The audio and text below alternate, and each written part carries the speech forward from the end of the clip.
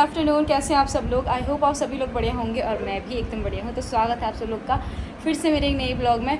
So guys, आज blogging की शुरुआत मैं दिन से कर रही हूँ, मतलब कि अभी 3 बज गए हैं। 3 बजे से ब्लॉगिंग की शुरुआत हो रही है। बाकी खाना नाश्ता पागल हो गई मैं, लंच वगैरह हमारा सब कुछ हो चुका है।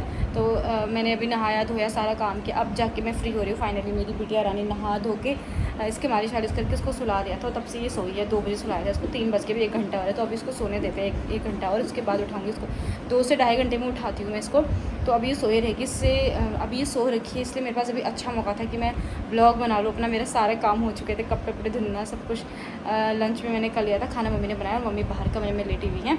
तो मैंने सोचा क्यों ना मैं अपना ब्लॉग स्टार्ट कर लेती हूँ। तो मेरे को ये मतलब पूछा था कि अपना डिलीवरी एक्सपीरियंस शेयर करो। तो मैं कब से सोच रही थी कि मैं करूँगी। आज जो ये ब्लॉग अपलोड किया था उसे 3 दिन हो गए मुझे, जो मैंने Q&A ब्लॉग बनाया था, तब से मैं शूट नहीं कर पाई हूँ। और मेरे को एक क्वेश्चन भी आया था प्रज्ञा जी का, उसका आंसर भी मैं इसी में दूँगी जो आपने मुझे पूछा था। बाकी अपना डिलीवरी एक्सपीरियंस मैं आप लोग के साथ शेयर करने वाली हूँ अभी। तो अपना फ़ोन रख लेती हूँ एक जगह पे, उसके बाद बोलूँगी, क्योंकि ऐसे हाथ में रख के फ़ोन बोलना बहुत ज़्यादा मुश्किल हो जाएगा। कितने डेट को एडमिट किया था, कैसे कैसे क्या हुआ था, तो ये सब कुछ आप लोगों से शेयर करूँगी। और वहाँ पे क्या क्या लेके जाना पड़ता है, मतलब हॉस्पिटल की अलग से लिस्ट होती है ना। वैसे मैं अपनी तरफ से तो सामान लेके गई थी, पर वहाँ हॉस्पिटल की अलग से एक लिस्ट होती है जो मतलब वहाँ पे ले जाना कंपलसरी होता है, वो भी मैं आप सब लोग को बताऊँगी अभी।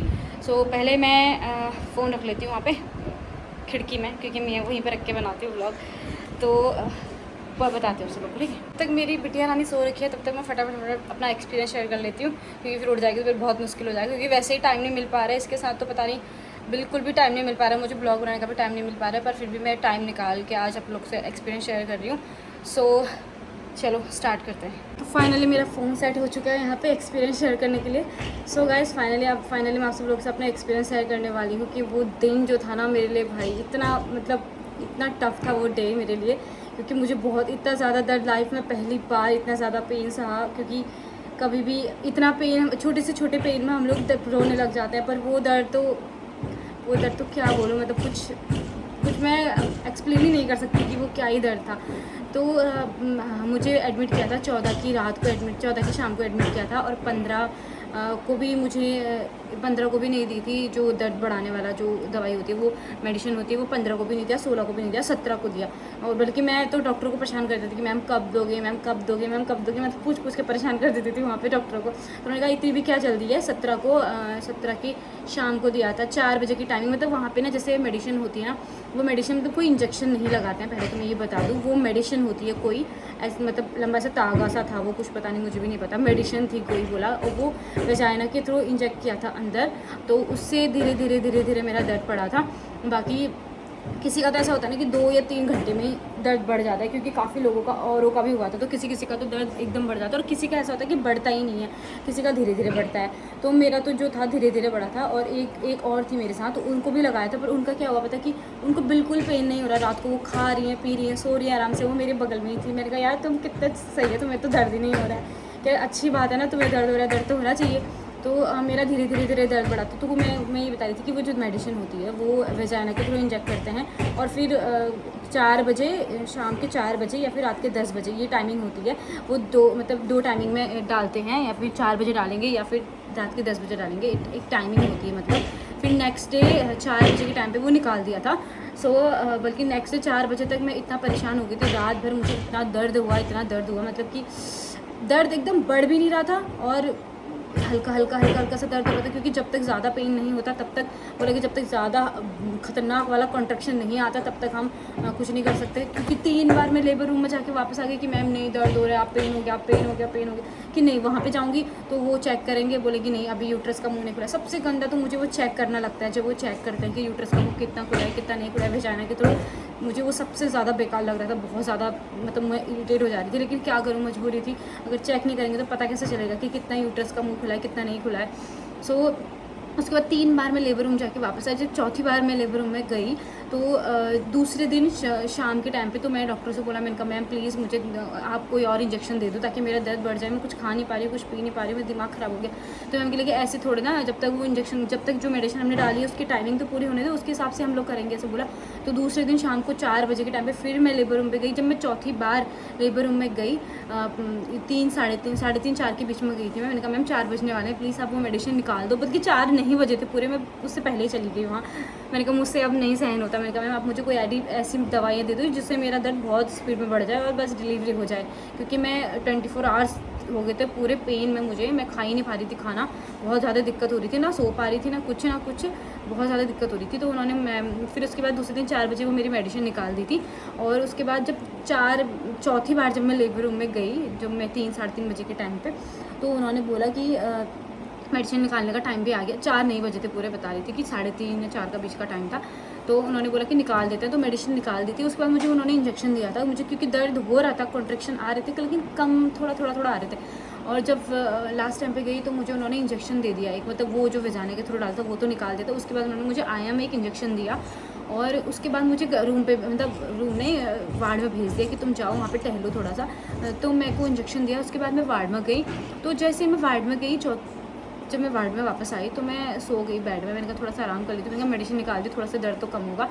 मैं सो गई बेड में, मैंने कहा थोड़ा सा रिलीफ मिलेगा मुझे, क्योंकि दवाई निकाल दी है। लेकिन उसके बाद जब उन्होंने मुझे इंजेक्शन दिया लास्ट टाइम पे, जब मैं वापस आई तो उन्हें, मतलब मैंने पूछा था, मैंने कहा मैम किस चीज़ का इंजेक्शन है, तो उन्होंने कहा कि कॉन्ट्रैक्शन कम करने का इंजेक्शन है। ऑब्वियस सी बात है, कॉन्ट्रैक्शन कम करने का इंजेक्शन क्यों ही देंगे वो, है ना। तो मुझे उन्होंने ऐसे ही बोला, पर पता नहीं, मैंने कहा ठीक है भाई। तो मैं गई वार्ड में अपने बेड में और जाके सो गई वहाँ पे। और जैसे ही मैं सोई, मतलब 2 मिनट मुझे सोए हुए नहीं उठे थे, मम्मी भी वहीं पे थी। और मुझे एकदम से इतना तेज़ हो गया पेन, मतलब इतना तेज़ वाला पेन हुआ मुझे कि मैं एकदम से खड़ी हो गई। मैं कहा ये क्या हो गया अचानक से, एकदम से उठी मैं। और उसके बाद जैसे ही मैं उठ के बैठी ऐसे, तो मेरा वाटर लीक हो गया, वहीं पे मेरा वाटर ब्रेक हो गया। तो मैं फिर जैसे वाटर ब्रेक हुआ तो और तेज़ दर्द होने लग गया, और तेज़ दर्द हो गया। तो मैंने कहा मम्मी, मतलब मम्मी को मैंने बोला कि मम्मी वाटर लीक हो गया, ये है वो है। तो उसके बाद मेरे को जो तेज़ दर्द हुआ ना, मैं उसके बेड से नीचे ज़मीन में लेट गई मैं पूरा। तो मेरी मम्मी वहीं पे थी और मैं मम्मी पे भी चिल्ला गई अपने कि ये वो। मम्मी कहने लगी कि ऐसा कर वैसा कर। मम्मी मुझे बता रही थी, मैंने कहा जाओ यहाँ से सब, बस मुझे कोई नहीं चाहिए, मैं इतना जोर से चिल्ला रही थी। तो उसके बाद फिर बगल में जो दी थी, मैं बोली थी कि गढ़वाली थी वो दी, तो उन्होंने मेरी बहुत हेल्प करी थी। वो जल्दी से दौड़ के व्हील चेयर लेके आई, व्हील चेयर में मुझे लेके गए लेबर में। मतलब मेरा जो लास्ट टाइम पे जब मैं गई थी, यूट्रस का मुंह चौथी बार जब मैं गई, जब मेरे को इंजेक्शन दिया, तो उस टाइम पे मेरा यूट्रस का मुंह जो था वो 2.5 खुला हुआ था, बल्कि 10 सेंटीमीटर तक खुलना होता है, तो मेरा 2.5 सेंटीमीटर ऐसा ही कुछ खुला हुआ था। तो उन्होंने बोला कि तुम, जब मैं लास्ट टाइम और जब चौथी बार जब मैं लेबर में वापस गई, जब मेरा वाटर ब्रेक हो गया, तो उसके बाद जब डॉक्टर ने चेक किया तो मेरा जो, मतलब थोड़ी देर पहले इतना कम था और जैसे ही मेरे को कॉन्ट्रैक्शन बढ़ा तुरंत इतना, मतलब कि 2.5 से पूरा 10 खुल गया, 10 कन्वर्ट हो गया पूरा, 10 सेंटीमीटर पूरा खुल गया। और डॉक्टर भी खुश हो गए एकदम से कि अभी तो खुला नहीं था, एकदम से खुल गया, इसका सही है चलो। और फिर उसके बाद मैं लेबर में, तो उन्होंने कहा कॉन्ट्रैक्शन तो वो चेक करते हैं, पेट में हाथ रख के कि कॉन्ट्रैक्शन कितना आ रहा है, क्या आ रहा है। तो वो कह रही थी कि कॉन्ट्रैक्शन तो है इनको, तो इनको वार्ड में मत भेजना, यहीं पे रखना लेबर में, क्योंकि मैं चिल्ला रही थी बहुत ज़ोर से चिल्ला रही थी, बहुत ज़ोर से चिल्ला रही थी, क्योंकि वाटर ब्रेक हुआ था लेकिन इतना नहीं हुआ था, हल्का सा हुआ था। तो मैंने कहा है तो सही, ब्रेक तो हुआ, तो इस वजह से मैं चली गई थी लेबर में, क्योंकि दर्द बहुत ज़्यादा तेज़ हो गया था मुझे अचानक से। तो मुझे ऐसा लगा था कि कॉन्ट्रैक्शन कम करने का तो नहीं, वो कॉन्ट्रैक्शन बढ़ाने की उन्होंने ऑब्वियसली मुझे इंजेक्शन दिया होगा।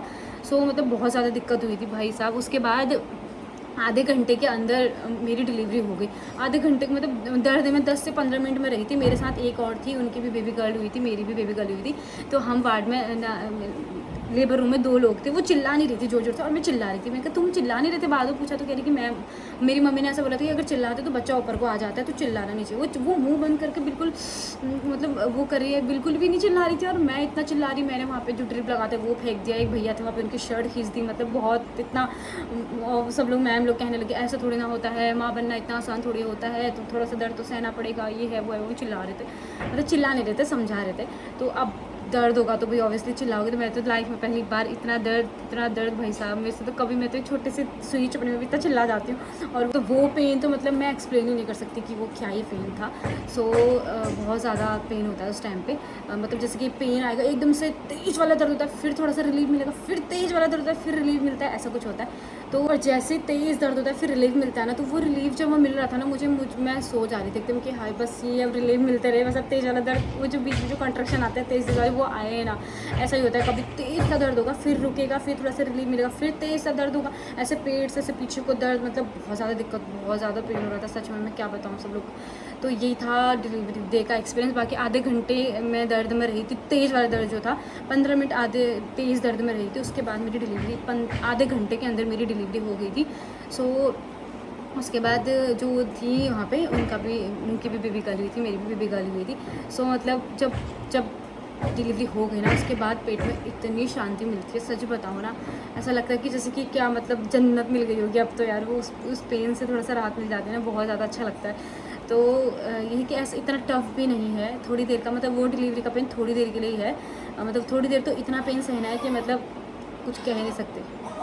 मेरी बिटिया रानी भी उड़ गई है गाइस, ये देखो जब भी मैं ब्लॉग बनाती हूँ ना ये हमेशा उड़ जाती है। तो मैं जब भी ब्लॉग बनाती हूँ ये हमेशा उड़ जाती है। अभी फिर से सो गई है, तो मैं जैसे ही गई वहाँ पे वैसे ही चुप हो गई और फिर से आँख बंद कर ली। और अभी उठाना फिर बेकार है, क्योंकि आधी नींद में उठती है ना, फिर बहुत ज़्यादा रोती है, इसलिए 2 घंटा एटलीस्ट सोने देती हूँ, उसके बाद उठाऊँगी। सो यही था मेरा डिलीवरी एक्सपीरियंस। मतलब बहुत ज़्यादा दिक्कत हुई थी मेरे को, और 2 दिन पहले एडमिट किया था। बाकी क्यों इतनी मतलब पहले एडमिट किया था वो नेक्स्ट ब्लॉग में मैं आपको क्लियर कर दूँगी कि क्या दिक्कत थी मेरी प्रेगनेंसी में, किस वजह से मुझे इतने इंजेक्शन वगैरह ये सब कुछ लगाए गए थे। बाकी वो था, मुझे क्वेश्चन किया था प्रज्ञा जी ने, उसका आंसर दे देती हूँ। और वहाँ पे क्या क्या लेके जाना पड़ता है, जो मतलब मैं वहाँ पे गई उसके बाद जो लिस्ट था वो उसमें क्या क्या लेके जाना पड़ता है वो मैं आप सब लोग को बता देती हूँ कि क्या क्या लेके जाना पड़ता है। बेबी के लिए, मदर्स के लिए क्या क्या लेके जाना पड़ता है वो बता देती हूँ। तो आप लोग वो लेके ज़रूर जाना, क्योंकि उसको वो बहुत ज़्यादा ज़रूरी होता है वहाँ पे, जिसकी भी बेस हॉस्पिटल दिल्ली में डिलीवरी होगी या फिर एमएच में। अब हर एमएच का तो मुझे नहीं पता, लेकिन अब वहाँ के एमएच में तो ये ले जाना कंपलसरी है। और बाकी जो प्रज्ञा जी का क्वेश्चन था वो भी मैं अभी उसके बाद क्लियर कर देती हूँ। बाकी क्या क्या लेके जाना है वो मैं बता देती हूँ पहले आपको, ठीक है। तो वो जो लिस्ट थी वो मेरे फ़ोन में थी, इसलिए मैंने मम्मी के फ़ोन में डाली थी अपनी, तो उसी से मैं आप लोग को बता देती हूँ, क्योंकि एक फ़ोन तो मेरे पास एक ही है, तो कैसे बताऊँगी फिर, है ना।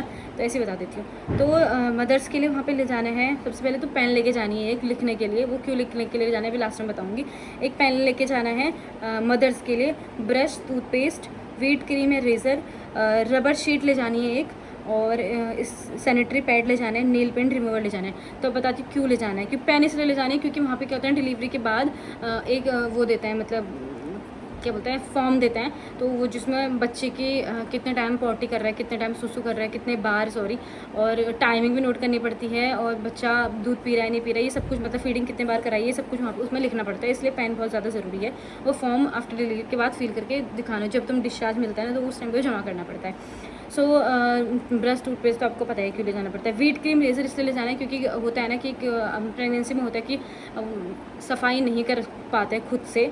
तो जो नहीं कर पाते हैं खुद से, वहाँ पे क्या होता है कि तुम व्हीट क्रीम या रेज़र जो भी तुम यूज़ करते हो तो अपने घर से अपने हिसाब से लेके जाना, और वहाँ पे सफाई भी कर देते हैं, ऐसा कुछ नहीं है। वहाँ पे हेयर वगैरह सब कुछ रिमूव कर देते हैं। तो वहाँ पे मतलब खुद से घर से किसी को नहीं हो ऐसा, मतलब आप परेशान ना हो कि नहीं करा हमने, यहाँ पे डिलीवरी कैसे करेंगे, क्या करें, मतलब ये कुछ ये दिक्कत, इसकी टेंशन ना लें, क्योंकि वहाँ पे पूरा प्रॉपर तरीके से सफाई सफाई करने के बाद ही आपको लेबर रूम में भेजते हैं। तो रबर शीट वहीं पे मिलती है। मैं वैसे ड्राई शीट लेके गई थी, पर रबर शीट मैंने वहीं से ली थी, वो पूरी रबड़ की होती है। जैसे मेरा ब्लॉग में मेरा डिलीवरी जो डिस्चार्ज वाला ब्लॉग है उसमें आप देख लेना, मैंने बेड में पूरा बिछा रखा है, तो वो उतना बड़ा लेना पड़ता है, वो मैंने वहीं से लिया था, क्योंकि मैं यहाँ से लेके नहीं गई थी, मुझे पता नहीं था, तो वहीं जाके मैंने लिया था। सैनिटरी पैड तो ले जाएंगे। नेल पेंट रिमूवर लेके जाना ज़रूरी नहीं है, वो आप घर से अपने नेल्स वगैरह सब कट कर लें, हाथों के पैरों के नेल पेंट लगाइए वो रिमूव कर लें। बाकी सब कुछ उतारना पड़ता है लेबर रूम में जाने के लिए, कान, गले, पैरों में जो भी है सब कुछ उतार के जाना पड़ता है। तो नेल पेंट नहीं लगे होने चाहिए और नाखून भी कटे होने चाहिए, ठीक है। सो बाकी बेबी के लिए क्या ले जाना है वो बताती हूँ। मदर्स का कंप्लीट हो गया है। बेबी के लिए आपको ले जाना है वहाँ पे बेबी क्लोथ में कैप, ग्लव्स, सॉक्स। तो कैप तो मैं लेके गई थी, पर ग्लव सॉक्स नहीं लेके गई थी, क्योंकि मैं सोचा गर्मियों का टाइम है तो क्या ही चाहिए, इतनी गर्मी हो रही है वैसे ही। तो लेकिन वहाँ पे क्या होता है ना, एसी चलता है 24, वैसे तो कम टेम्परेचर रखते हैं, पर फिर भी बच्चे के लिए तो ठंडा ही होता है, क्योंकि बच्चा तो एकदम अभी नया नया आया है बाहर का इन्वायरमेंट, उसको थोड़ा ढलने में थोड़ा टाइम लगता है, तो इसलिए उसको थोड़ा बहुत ग्लव्स लोग पहना के रखते हैं वहाँ पे। तो वो लेके जाना है। बेबी ब्लैंकेट ले जाना है, और बेबी के लिए डायपर्स ले जाने हैं। डायपर वैसे मैं तो लंगोट भी ले गई थी और डायपर भी ले गई थी। रात को मैं डायपर पहना देती थी, दिन में लंगोट पहना देती थी, क्योंकि रात में बार बार सुसु करता है तो बच्चा उड़ जाता है, डिस्टर्ब होता है उसको भी, और नींद ख़राब होती है हमारी भी। तो उठाना तो पड़ता ही था 2-3 घंटे में, पर मैं फिर भी डायपर पहना देती थी और चेंज भी कर देती थी रात को 2 बार, और दिन में मैं लंगोटी पहना देती हूँ। अभी भी मैं ऐसे ही करती हूँ, रात को डायपर पहनाती हूँ कभी कभार, और दिन में मैं लंगोटी पहनाती हूँ इसको। सो वाइप्स लेके जाना है आपको, और हैंड सैनिटाइज़र लेके जाना है। हैंड सैनिटाइज़र तो ज़रूरी है, बच्चे को जब भी फीडिंग वीडिंग कराओ तो हाथ सैनिटाइज़ कर लो, वाइप्स तो साफ़ करने के लिए चाहिए। सो ये हमें बेबीज़ के लिए लेके जाना है, ठीक है। तो अगर कुछ भी डाउट हो तो पूछ लेना, बाकी मैंने सब कुछ बता दिया है आपको। ये सब कुछ आपको वहाँ पे लेके जाना है। बेस हॉस्पिटल में। बाकी जो प्रज्ञा जी का क्वेश्चन था मेरे लिए, उसका मैं आंसर दे देती हूँ इसी में ही। बाकी डिलीवरी एक्सपीरियंस मैंने शेयर कर दिया है और वहाँ पे क्या क्या लेके जाना है वो आप सबको बता ही दिया है। और कुछ भी इन्फॉर्मेशन चाहिए होगी तो आप मुझे कमेंट करके बता दीजिएगा, मैं आपको बता दूँगी। वैसे ही मतलब जैसे मैं ब्लॉग बनाते रहती हूँ ना, तो बीच बीच में मैं इसमें आपका क्वेश्चन जो है उसका आंसर करती रहूँगी, क्योंकि स्पेशली एक क्वेश्चन के लिए तो पूरा ब्लॉग नहीं बना सकती ना, तो इसलिए मैं सोच रही थी कि अपना एक्सपीरियंस शेयर करूँगी, तो उसी में आपका जो आंसर है वो भी मैं दे दूँगी। और बाकी अगर कुछ भी और पूछना होगा तो बता देना, वैसे ब्लॉग बनाते रहती हूँ तो बीच बीच में आपका आंसर भी दे दूँगी जो भी आप क्वेश्चन मुझे पूछेंगे। सो अभी आपका क्वेश्चन का आंसर करती हूँ। पहले मैं नॉर्मल डिलीवरी का ही ट्राई करते हैं बेस हॉस्पिटल वाले के डॉक्टर, बस यही पता करना था। हाँ, वो नॉर्मल डिलीवरी के लिए ट्राई करते हैं। फिर अब जिसका नहीं हो पाएगा, 2 दिन हो गए, तुम्हारा दर्द नहीं बढ़ रहा है, तो फिर उसके लिए क्या कर सकते हैं ना, क्योंकि अब वो इतने दिन तक तुम्हें रखते भी नहीं है, क्योंकि आप एडमिट कर देंगे तो फिर ऐसा तो नहीं है कि 4, 5, 6 दिन, 1 हफ्ते तक बेड में ही रखेंगे, ऐसा भी नहीं होगा। तो 2 दिन मैक्सिमम वो ट्राई करते ही हैं। तो अगर उसके बाद भी नहीं हो पाए तो देन वो सिजेरियन ही कर देते हैं। सो बाकी डॉक्टर बस यही पता कर रहा था, क्योंकि मैं भी यहाँ हस्बैंड के साथ रहती हूँ। अच्छा, तो आप भी दिल्ली में ही रहते हो।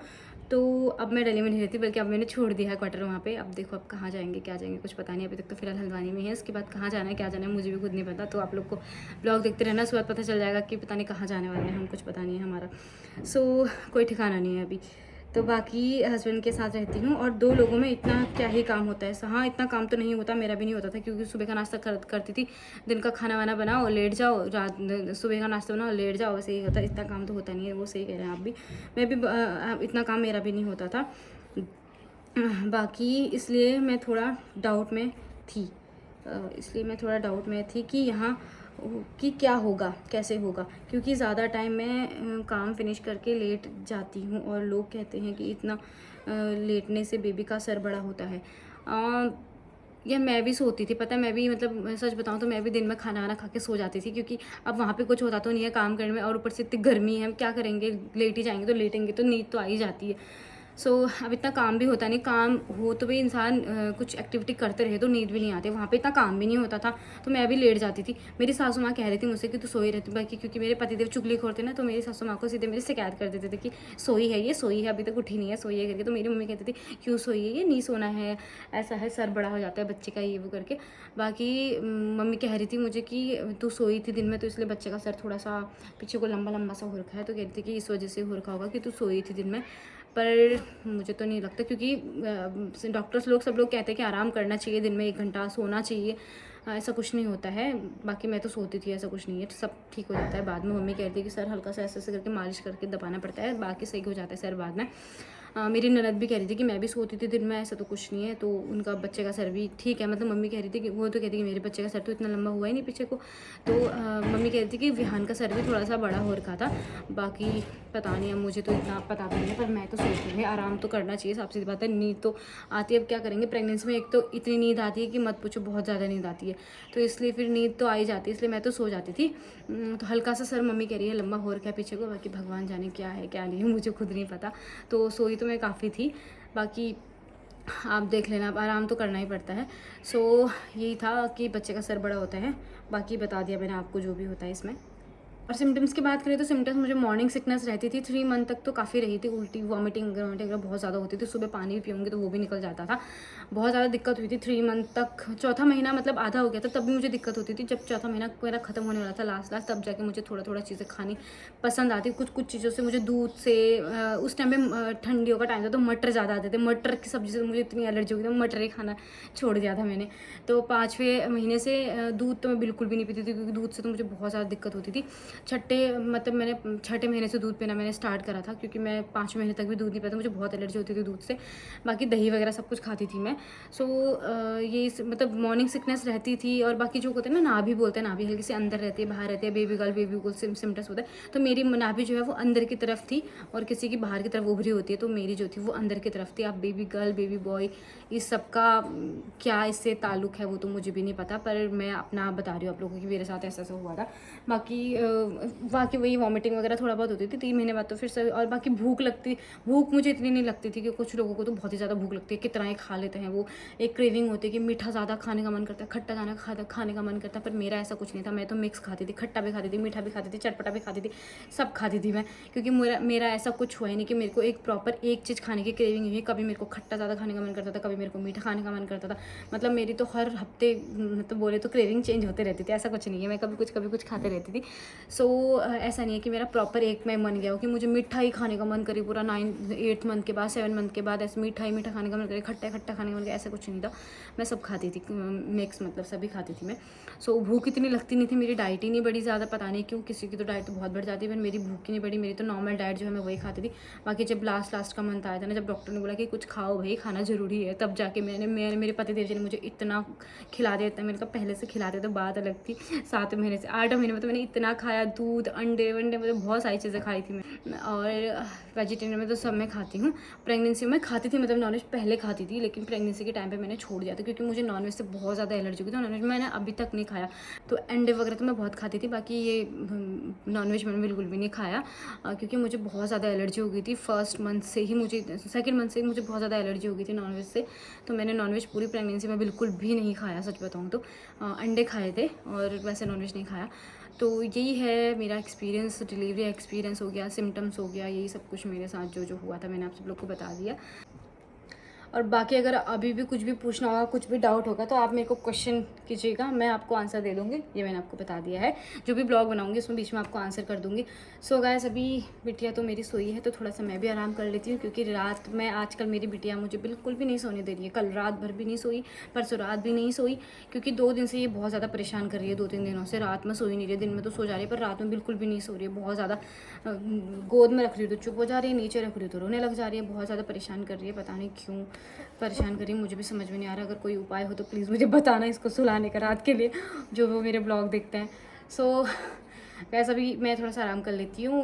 जल्द मिलूँगी आपको फिर से नई ब्लॉग के साथ। और कैसा लगा मेरा एक्सपीरियंस, मेरे सिम्टम्स वगैरह सब कुछ बताना। अगर कुछ आपके भी सेम है तो मुझे कमेंट करके बताना।